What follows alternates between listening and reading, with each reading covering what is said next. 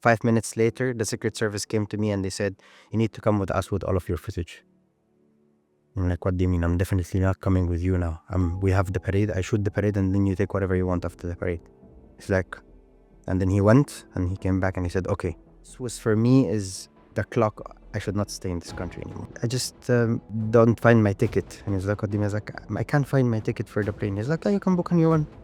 We booked this one and he put me in an airplane.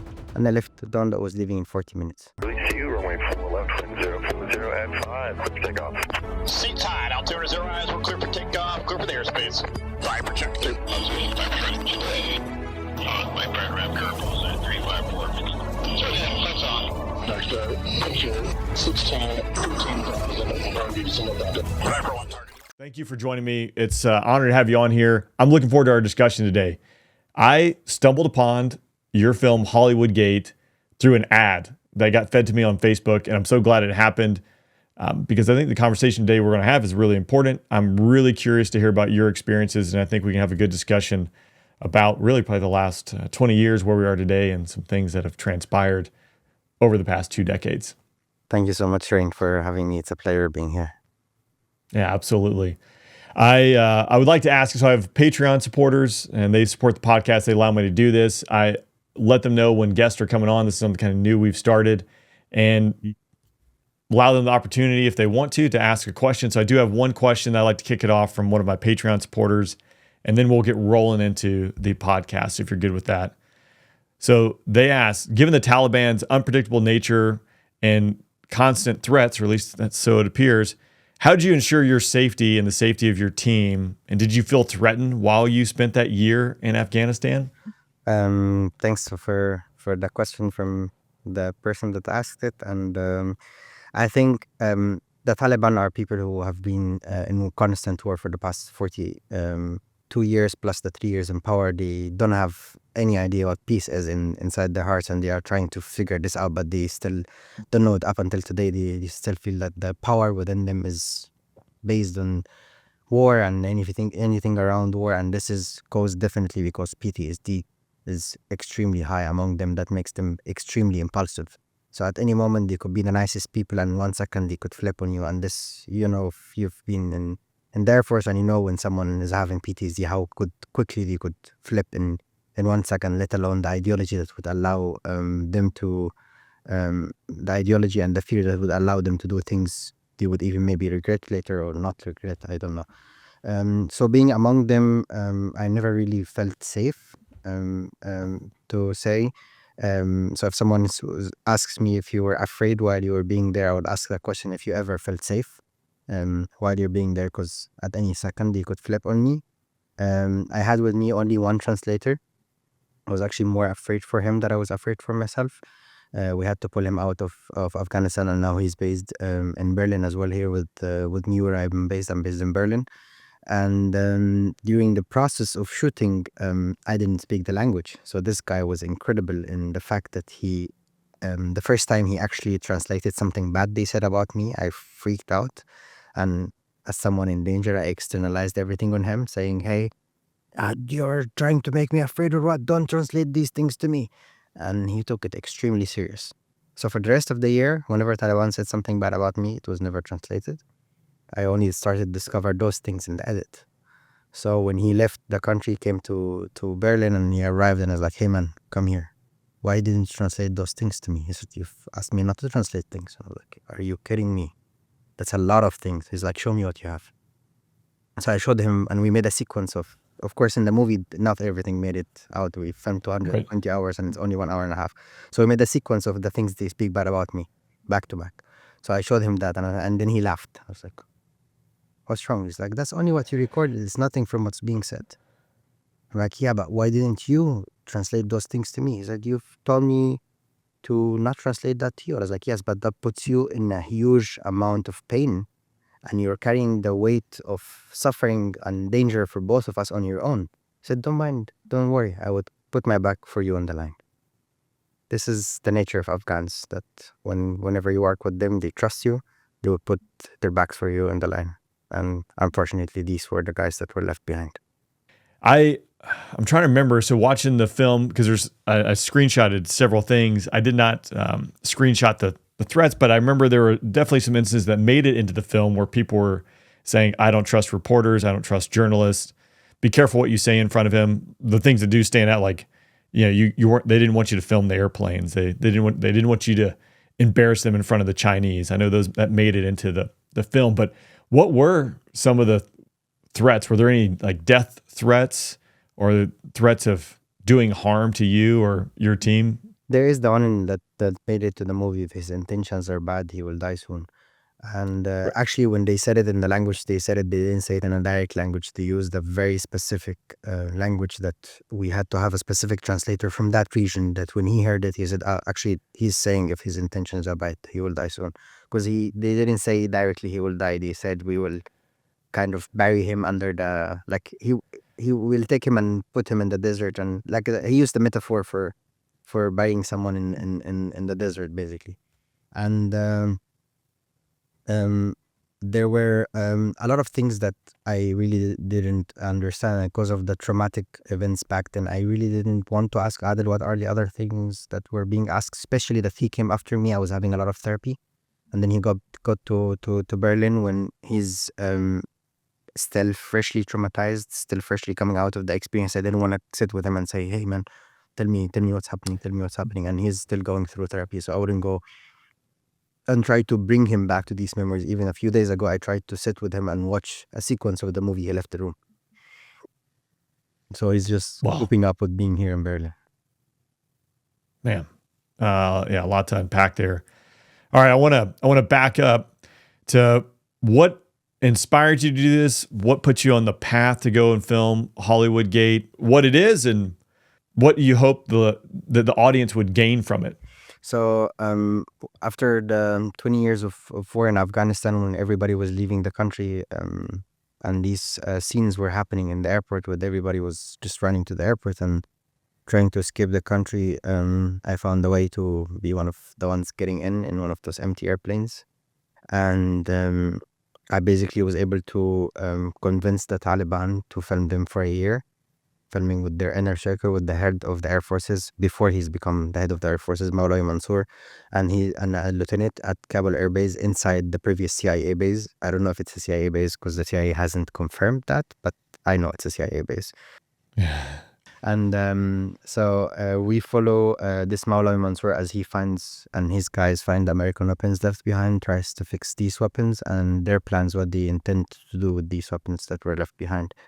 And if you've seen this crazy parade by the Taliban, celebrating, showing off all of these weapons that were left behind, the movie is the story behind this parade.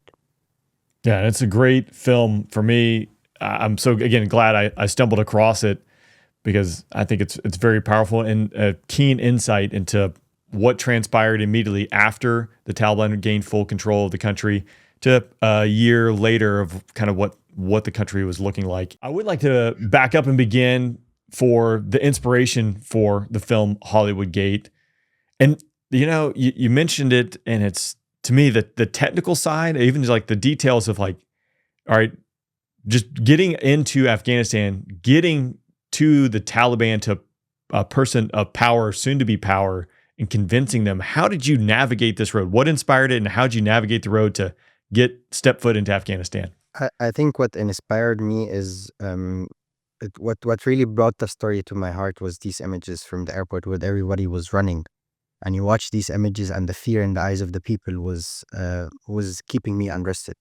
And then when I saw the image of those that clinged to the airplane and trying to leave, clinging to the wheel of the airplane, and they fell from it, that didn't let me sleep. It stood out. It got stuck with me, and I was back then in the edit room with our producer Talal Dirty, who's done the movie of Fathers and Sons, which was about Al-Nusra in Syria, and he left with them for 2 years.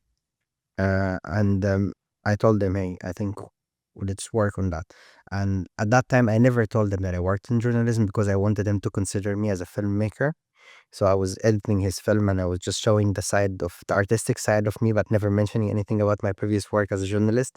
And then when this happened, I said, I think I can get an access to the Taliban. He was like, what do you mean? I was like, yeah, my previous work in journalism could allow me. And I was like, what previous work? I don't know anything about that. I was like, yeah, my previous work, I filmed with a lot of world leaders, presidents, vice presidents, prime ministers, and we know how to track someone in power.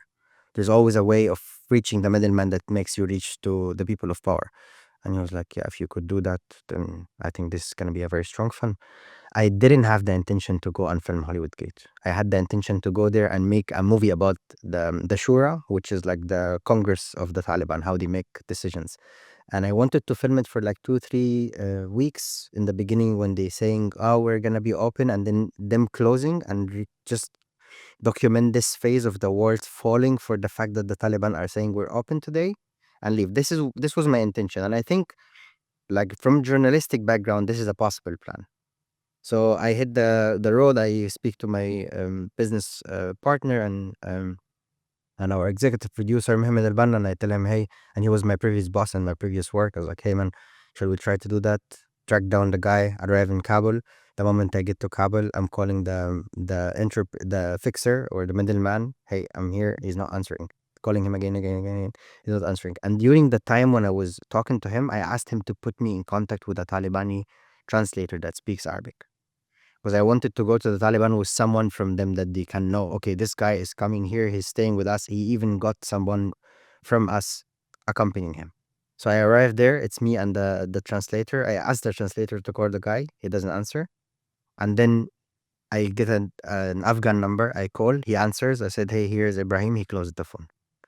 So I was completely on my own with this Taliban that I still don't know, and he speaks really weak Arabic. He barely spoke Arabic, and he's different than the translator that I spoke about in the beginning. We changed translator, Okay. So just to make people, Yeah, I this definitely same just guy. the Yeah, that yeah, I picking the could see it in translator. your face. No, he's a different one. Yeah. So it's me and this guy alone, and then there's nothing to do. So we try to go to the offices of the people that has given me the permission to come and film the Shura office. And they said they basically didn't let me in without the middleman. They even kicked me out of the office. One of the soldiers hit me with the back of the weapon. Get out of here. When I was trying to meet him, he's like, you have no appointment. Get out of here. And I quickly realized that because this guy who was with me, who's like a Maulawi, which is a big religious leader, for the leadership of Taliban, he needs no one. So there is no respect for his religious status. If you are not part of our political, basically creme to la creme, then you're not part of us. You're just another soldier. So they didn't give him any respect, and that quickly has put something in my head. So I realized, okay, this is not the religious group that I came to meet. These are people of power, and it's really hard to approach. So I don't think my plan is working here. I'm leaving the country. I told this translator after spending some time with him, hey, I think I ran out of money. And I was running out of money. I was taking a lot of risks to do such a mission. Nobody would support me to go to Afghanistan. Nobody mentally even would support me in the beginning. If I tell anybody I'm going to Afghanistan, they were always going like, what the fuck? Can I swear? Yeah. Yeah. So they're all, especially in this scenario, like, I mean, woo, go to Afghanistan. That's it's gonna be everybody is sporty. like saying literally, what the fuck's wrong with you? So Yeah. I don't know what to do. And then I told him, hey, I'm leaving the country. I'm running out of money. And he told me the golden line of my journey. He's like, why do you here only to film the leaders?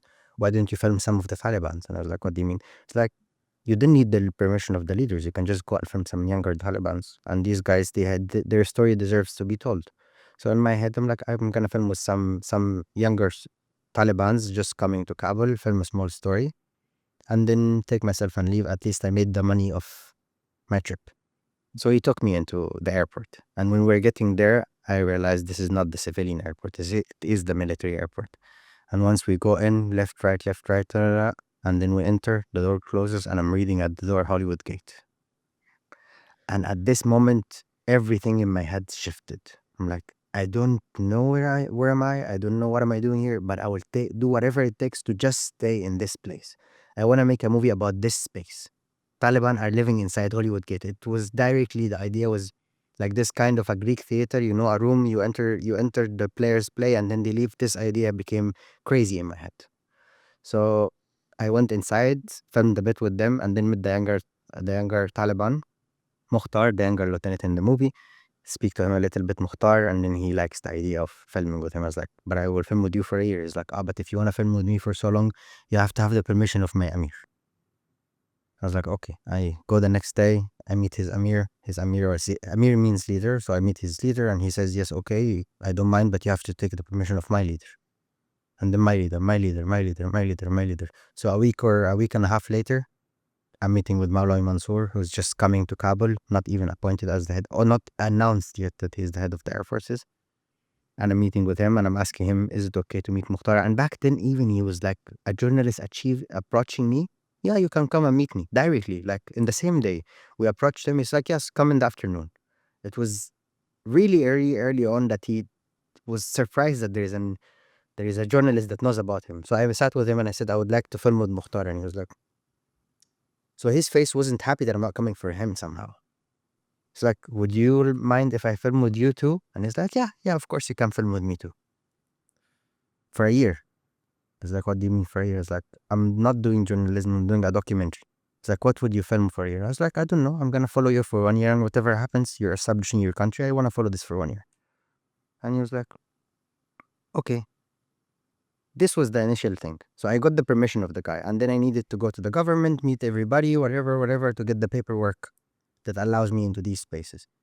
But then by the time they quickly realized that journalism are not doing for them what they wanted, because the positive reports that were coming about them in the beginning, and I think a lot of people fell for that, Taliban 2.0 that are letting women be free, stopped happening and they started to become Taliban. The negative reports started to come and show.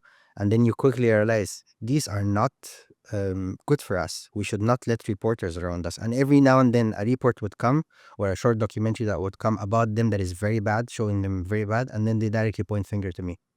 You're doing like them. Like I told you from the beginning, whatever I will see, I will show. So you're allowed me into your space. Have you seen me breaking any of the rules you've put on me? I'm only filming you guys. I'm not doing anything outside what's allowed. And then it kept going like back and forth, all the way till the last day of shooting. And the last day of shooting was different because I'm sorry, I'm telling you the story in a long way, but if it's fine or it's great. That's what this is all about. I want to hear it. And the last day of shooting, I was talking to a lot of these men separately, and it's a system of favoritism. So every now and then they tell me, no, you're not coming here anymore. And I found one guy in between all of the leadership that says, yes, you can film more. And then they let me film for 5-6 days. And the last day of shooting, all of these men were together in the parade. So in the morning of the parade, I saw them, they saw me. 5 minutes later, the Secret Service came to me and they said, you need to come with us with all of your footage. I'm like, what do you mean? I'm definitely not coming with you now. We have the parade, I shoot the parade, and then you take whatever you want after the parade.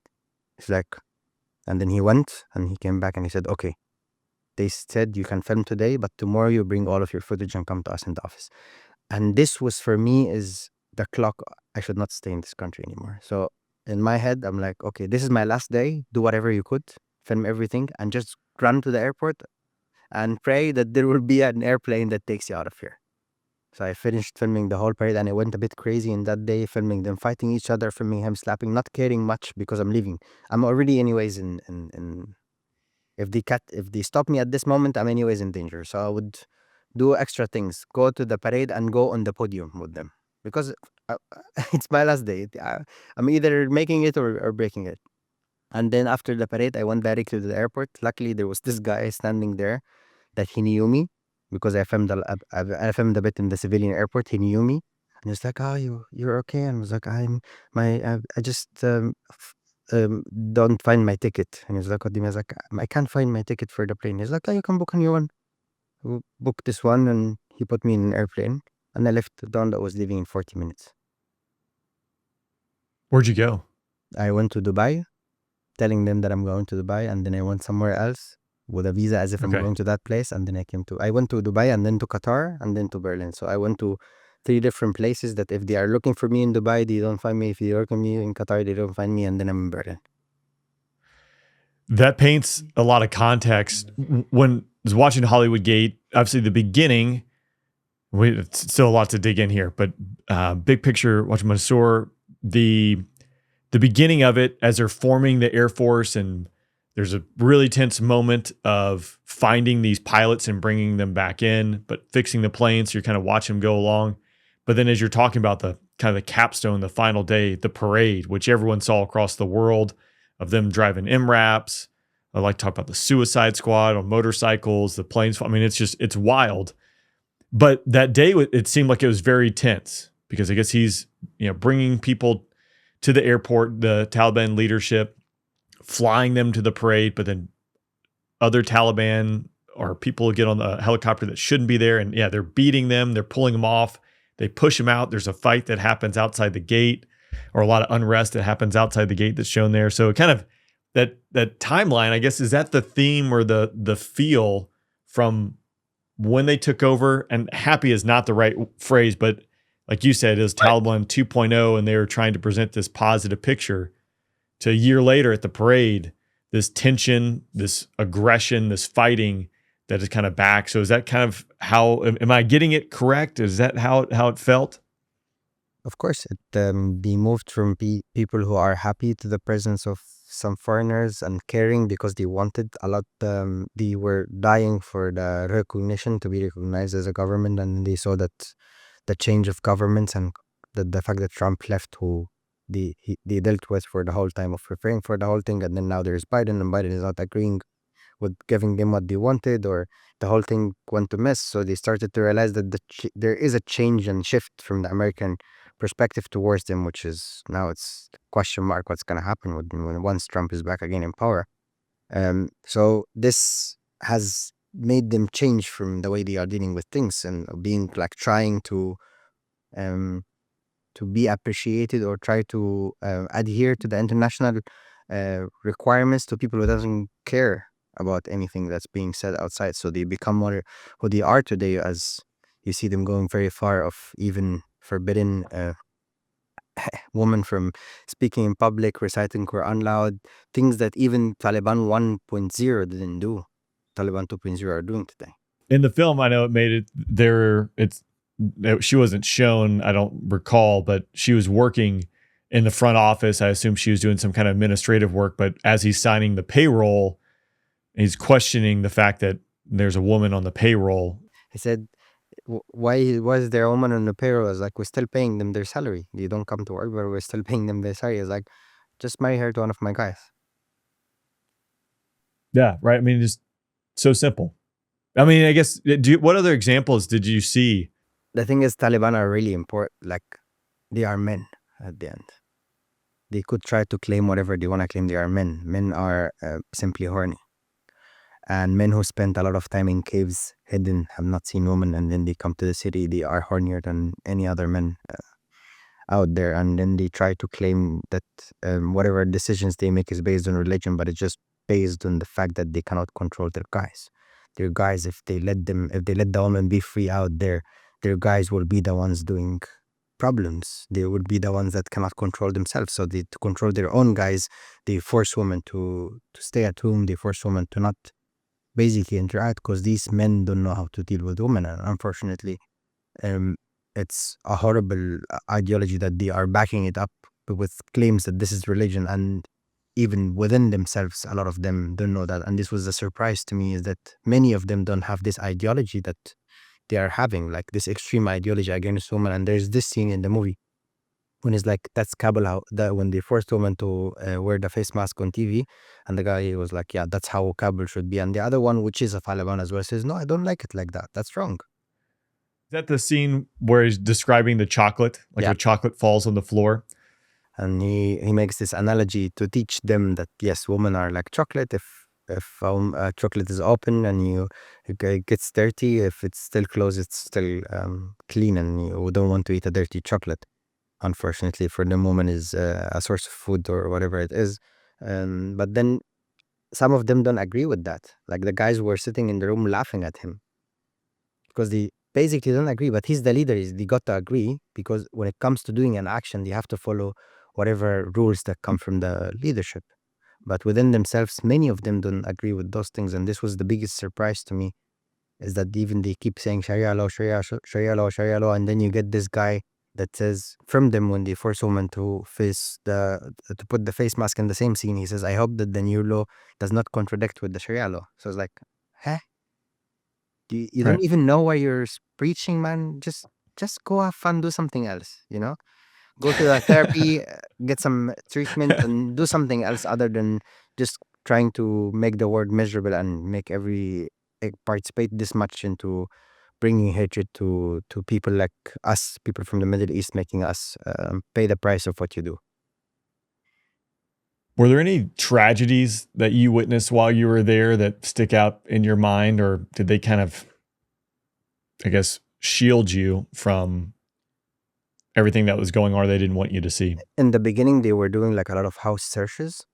So they were going around the whole country doing a house search, trying to find weapons. In every single house, almost in Kabul, they went in every single journalist house, and this was very, very, very, very hard face because they've done it under the claims that this is for security and safety, but they were just getting whatever they want out of that, and there was no system. So you could hear a lot of the stories around that, and I couldn't record any of those things.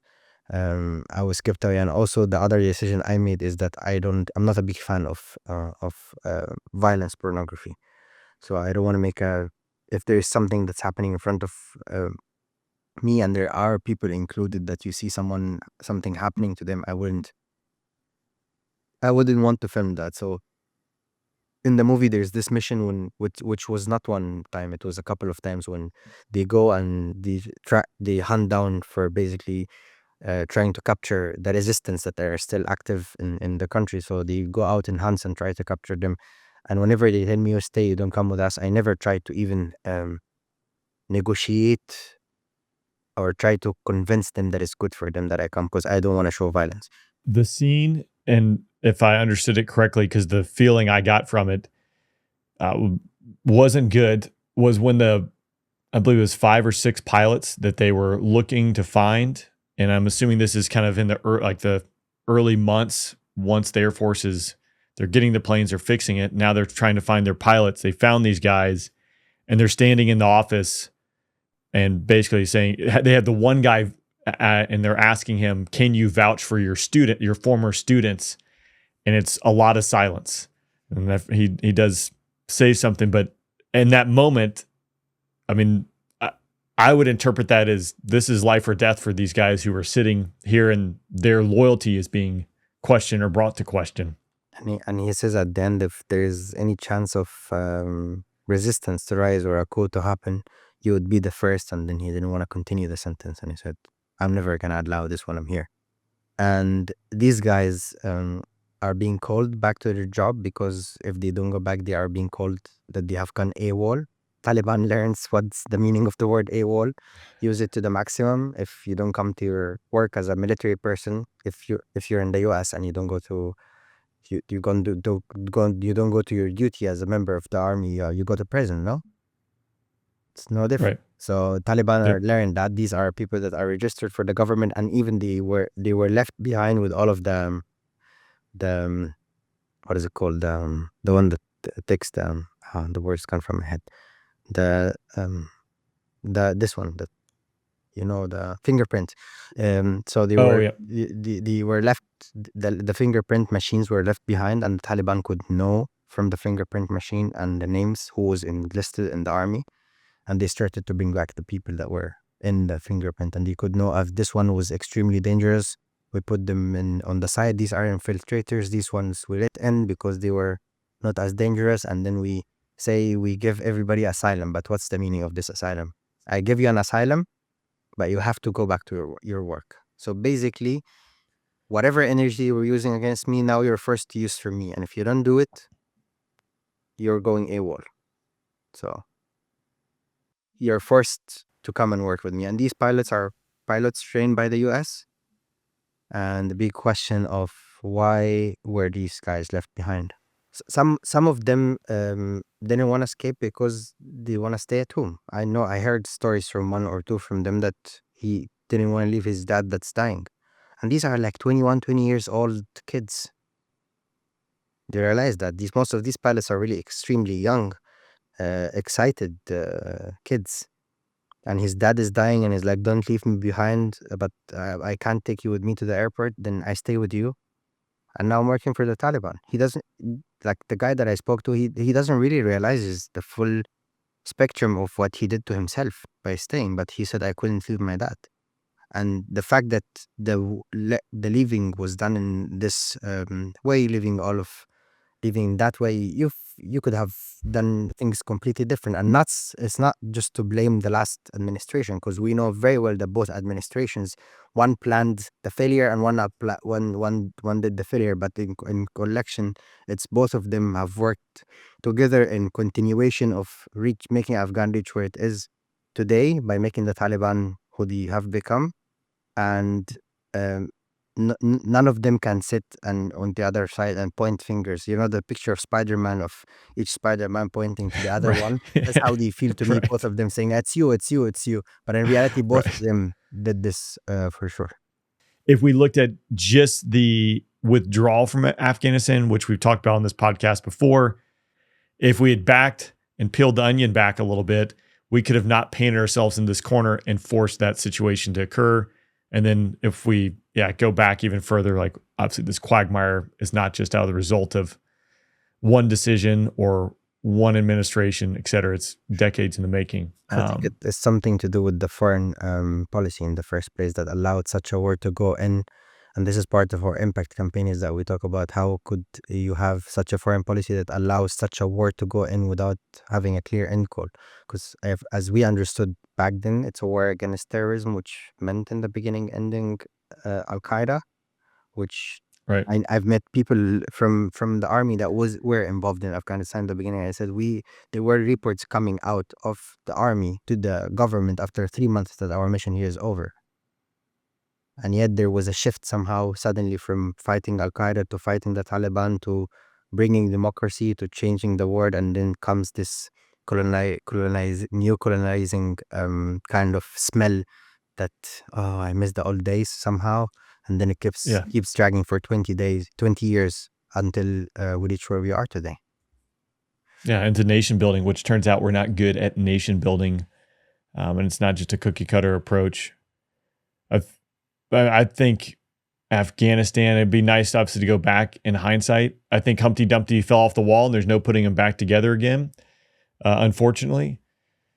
But yeah, the whole reason, right, was to go get bin Laden, and those who harbored terrorism allowed them to operate to get 9/11. Maybe a more surgical approach to removing the specific people and entities that were responsible or a threat to the United States in this case and other allied nations, versus, as you've alluded to, we're going to spend 20 years and guess what? We're going to change your government. We're going to establish a democracy, which not going to work here, period. But we're going to trust a lot of people that are corrupt, give them a lot of power, and then blame it on them. Who's gonna work with someone that I don't want to go against the previous government, but who stands with, like, it's very, like, if someone from the village is standing and he's got two options, either to go with the ones that are going against the foreign enemy or stand with the ones that are with the foreign enemy. It's the natural way is to follow the propaganda of the Taliban and how they frame themselves.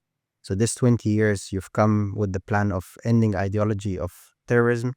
20 years down the line, you have not ended terrorism. There's a very sad conversation. I'm really sad this scene didn't make it to the movie, but it was like a kind of a side story. It didn't work out, but it was the younger lieutenant sitting with his dad, and he's talking to him, and the father is telling him, do you remember the time when you joined the Taliban?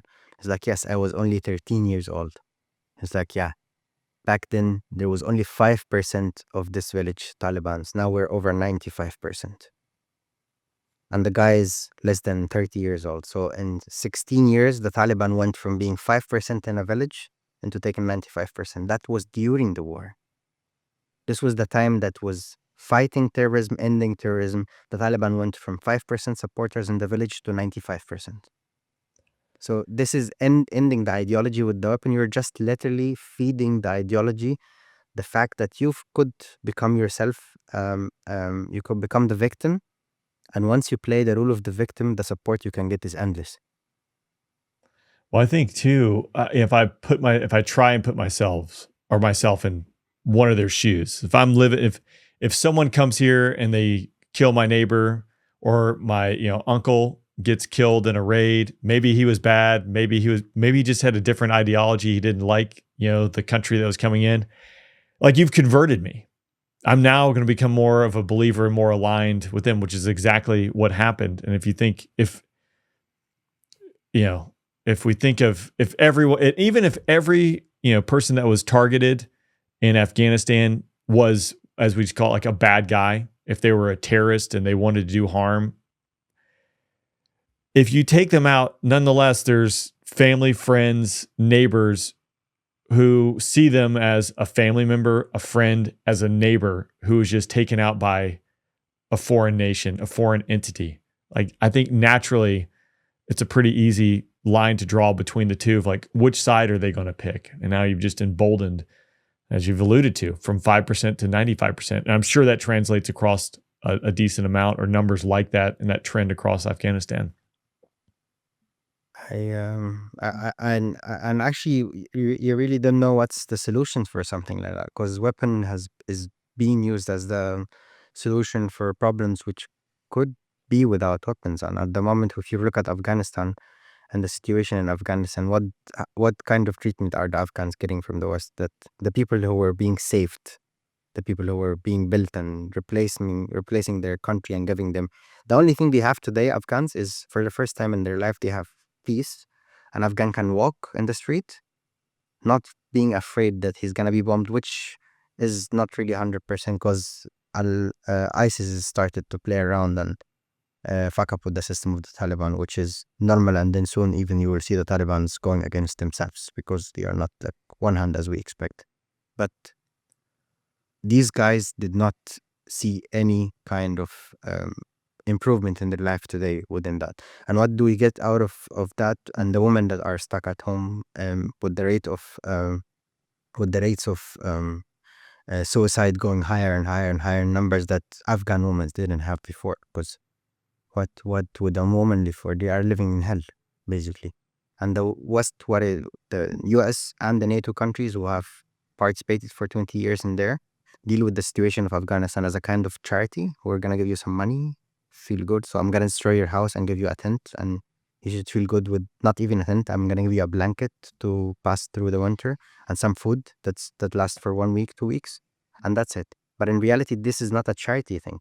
The whole idea of nation building, that the meaning of it is actually you should continue building the nation, and you should figure out different ways around the Taliban to help the people.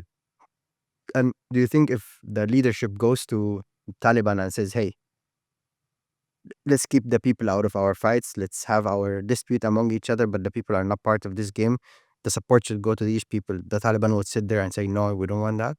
Of course not, but they are using the people today to force the Taliban to do things they want. So in the past, the people were used to end the Taliban, and today the people are still being used to suppress the Taliban. So people are always the ones paying the price.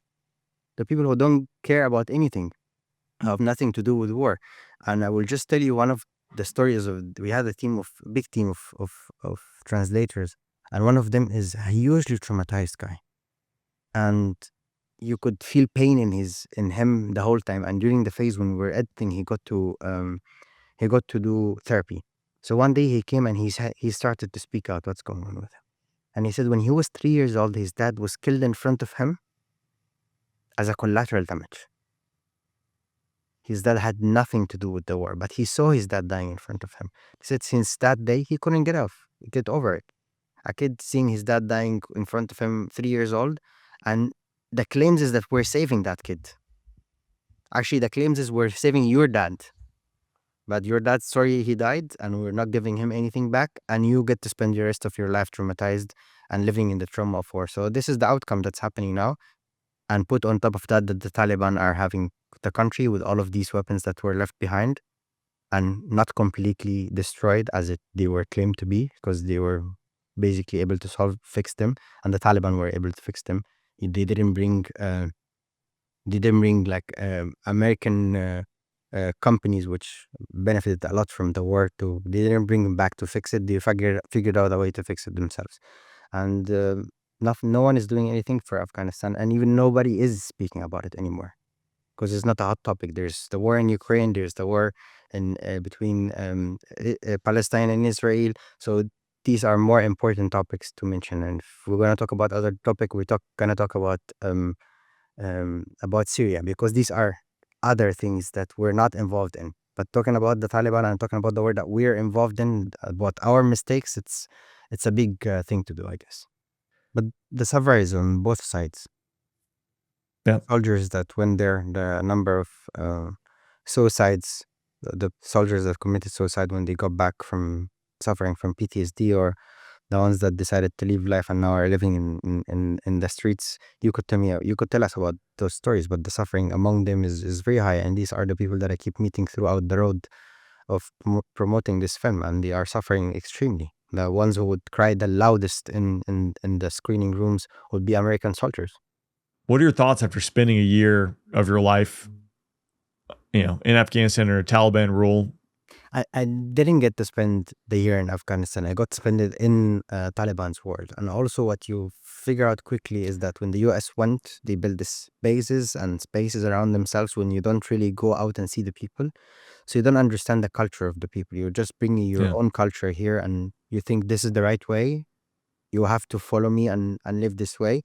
And whoever follows is welcome. We're gonna give you a happy life. So you're gonna get jobs, you're gonna get to interact with us, you're gonna get closer to us as long as you're in. If you're not understanding that we're the ones that are bringing the better living and better understanding of life, then you're excluded. So when I went in Kabul, I quickly realized that the Taliban are not doing anything different than that. They are living within the spaces that was created for the Americans. Now they occupy it, and the way they interact with the people is like, you have to be with us. There's no other way. So, and even the way they are enforcing law is pretty much the same way. This is our law. You got to follow it. That's it. Full stop. It doesn't have the option of let's give and take, and let understand me, understand you, and then we can figure out a way of coexisting together. That doesn't exist. This is my way of living. You've got to follow me. So I'm gonna bring the village life, put it in the city, and make the city a village, and you just got to live in that.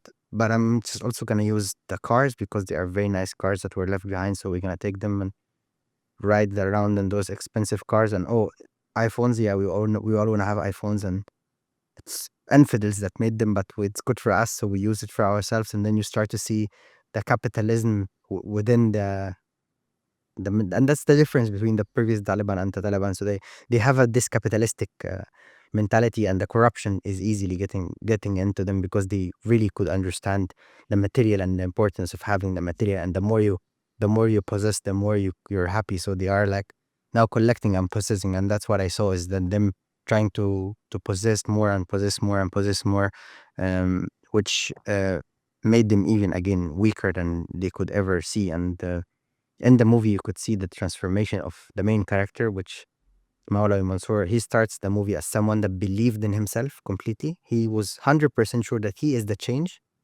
The way he was talking in the beginning, caring about everybody, and then at the end of the movie, he's hitting those soldiers that he was careful that not even one of them died in the beginning of the movie. He got to hit them on their faces at the end because he is the big boss. And then when he had hit them in their faces, they came to kiss his hand, and he directly got infected by the power that he was fighting for, regardless of his ideology, and we knew that, but the power got into him and made him even a worse human being than he was before. So he's not just traumatized now he's another traumatized, powerful man and woman. We know a lot of them around the whole world. They are everywhere.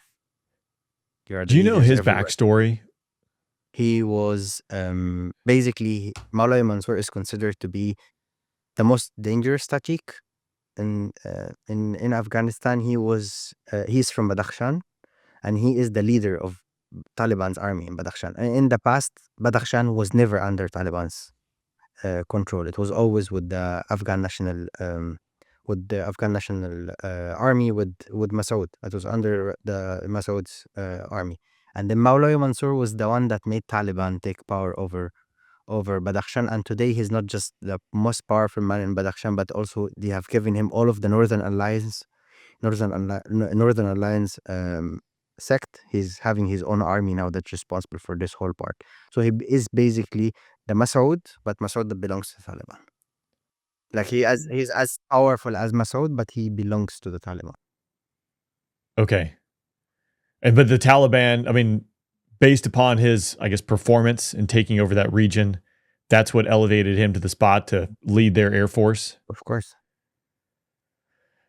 Of course. He's extremely powerful. He's one of the top 22 Talibans, which also, luckily, when I was filming, I didn't realize that. I realized that during the time when I was already there speaking to him, I got to know all of that. And I think he thought in the beginning that I know all of that, and that's why he allowed me. He was kind of surprised that I knew how important he is when I met him, which I didn't know at all. I was just going in.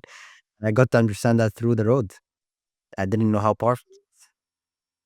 Obviously, ego grew. It was very important in the beginning.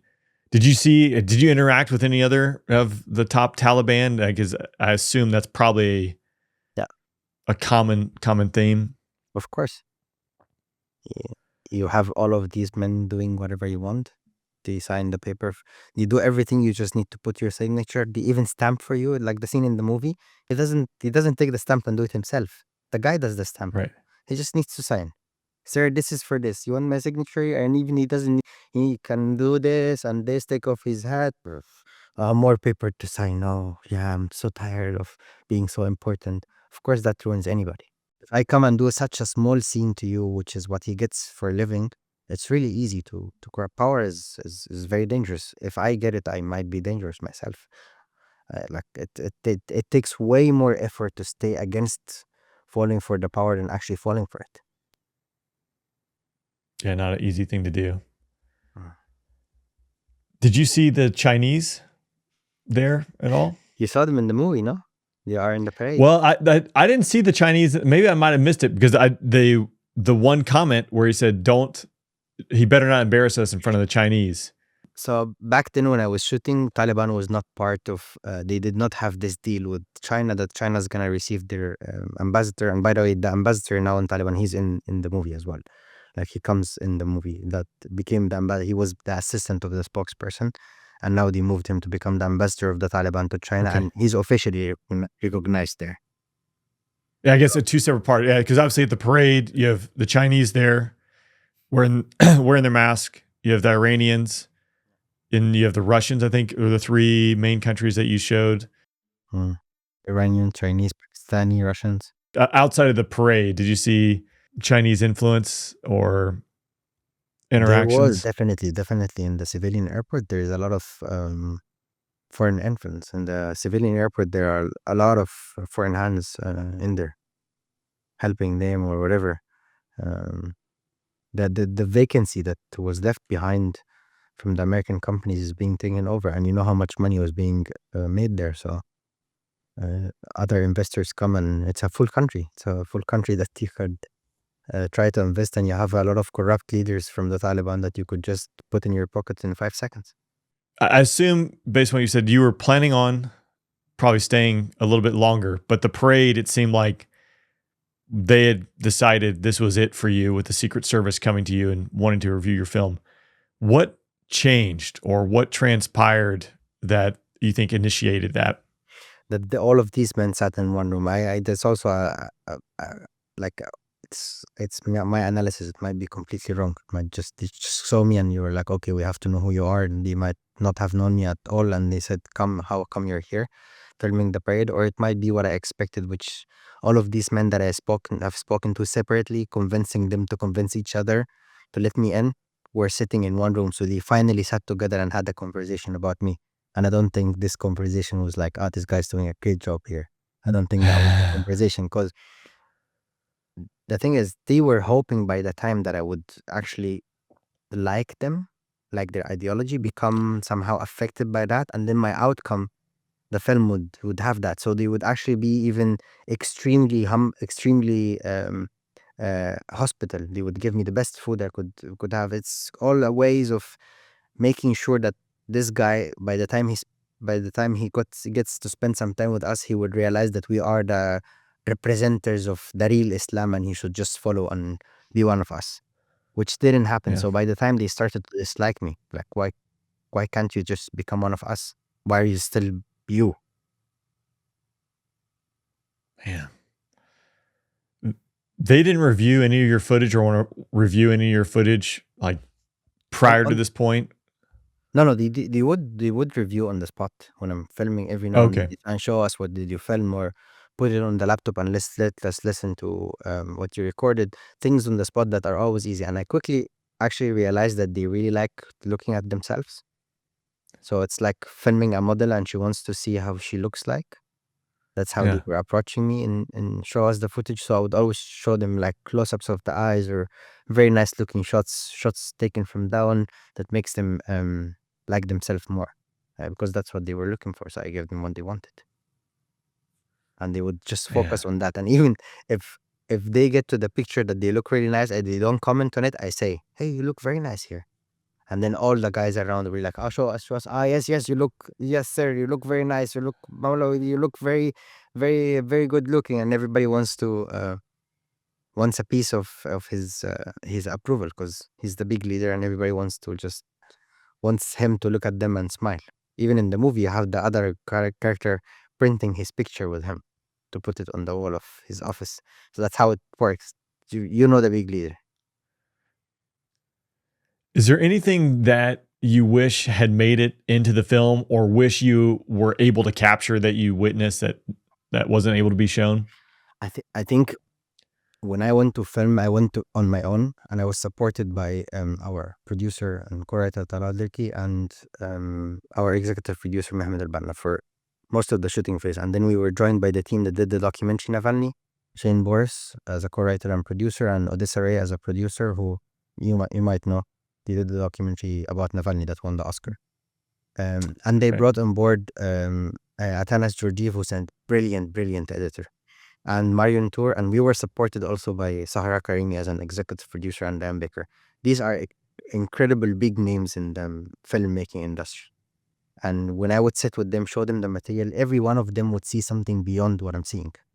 So if I'm seeing one and that for me looks like one is like, yeah, but this one has 0.1, 0.2, 0.3, 0.4, 0.5, and I maybe get 0.1, 0.2, but there is someone that gets 0.6 and 7, and we could combine these ideas together that deepens the meaning in the scene and in the material. And we really worked collaboratively that the best idea wins. So in the edit space, it was always everybody gives an idea and they were like, oh, but this idea was better, but this idea was better. Okay, but how about we put these two ideas together and then we come up with the output. So the final film is something that whenever I see it, I'm like, I could never do this better. With the given material and the process that has gone, I could never do this better. The other thing that I wished for, but this is in a utopian world, is actually to have a story about Afghans within that story, that you would see the Afghans and how they are suffering.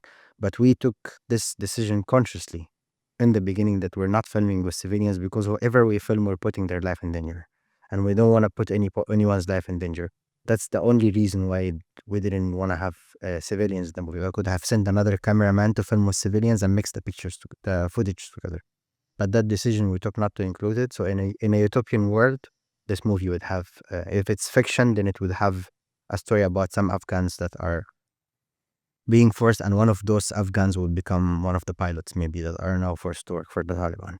But that's in a utopian world that I know that it will not cause danger to anyone.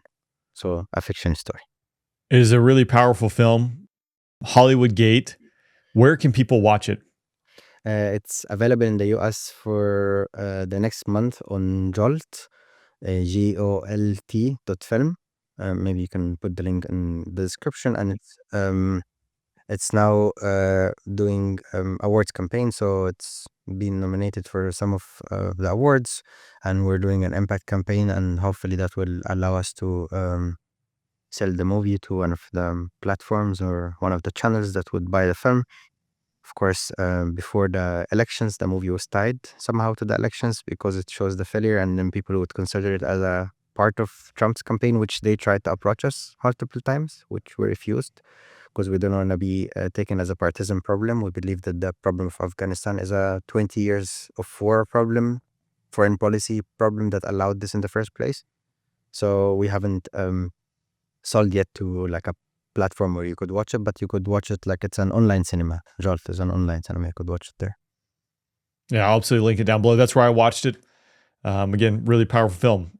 Before we part ways here, what am I missing? What should I be asking you? What else needs to be conveyed about this? I think I've spoken a lot. I would love to hear you speak a bit more about the topic before we close, and we close with you talking a bit about it. Yeah, pitch it back on me. That's the first time that's been happened. I will say, I hope people go out and watch this. For me, as I kind of alluded to in the, a few moments ago, how my mental approach to this shifted over decades. Again, if you backed up 20 years ago, it was rah, rah, rah, rah. Probably hundreds of thousands of millions of people's lives have been impacted by this and changed by it.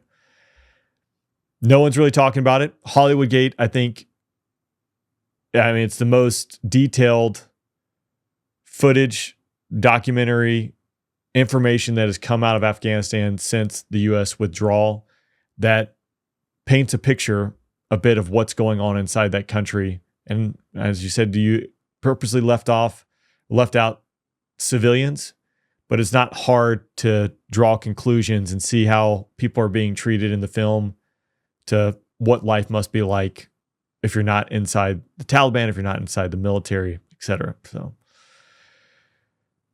again, I don't think there's no fix, unfortunately, in my mind for this.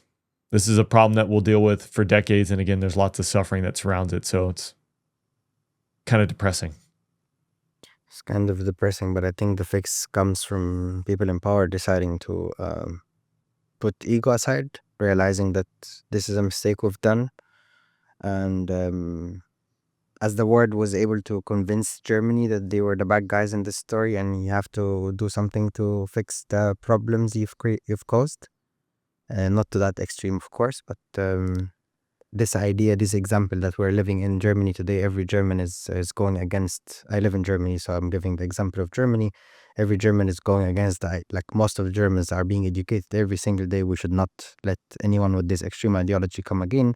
And I hope that there will be this kind of education that we should not conduct such wars again in such way without a clear exit plan that could lead to a lot of collateral damage that kept dragging on for 20 years.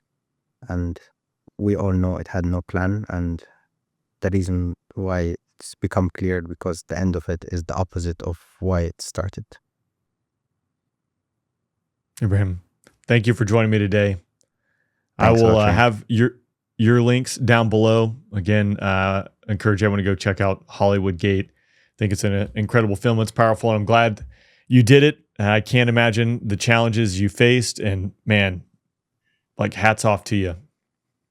Thanks a lot. Hats off to you for having me here and giving me a platform to talk to the audience that is yours, which are a very important audience to watch this movie. And I think this movie is not a depressive film. It's not, you don't watch it and you come out of it traumatized. Actually, it's a part of a healing process for me. I was doing a lot of therapy, and I was using this movie to heal. It was a way of me healing, and it has a lot of comedy as well. So you could watch it and enjoy the comedy in it. And it's shocking reality, but it's the reality that we need to look at to understand how not to repeat history again.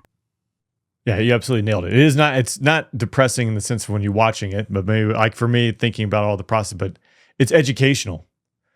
So thank you again. Thanks. Lovely to meet you.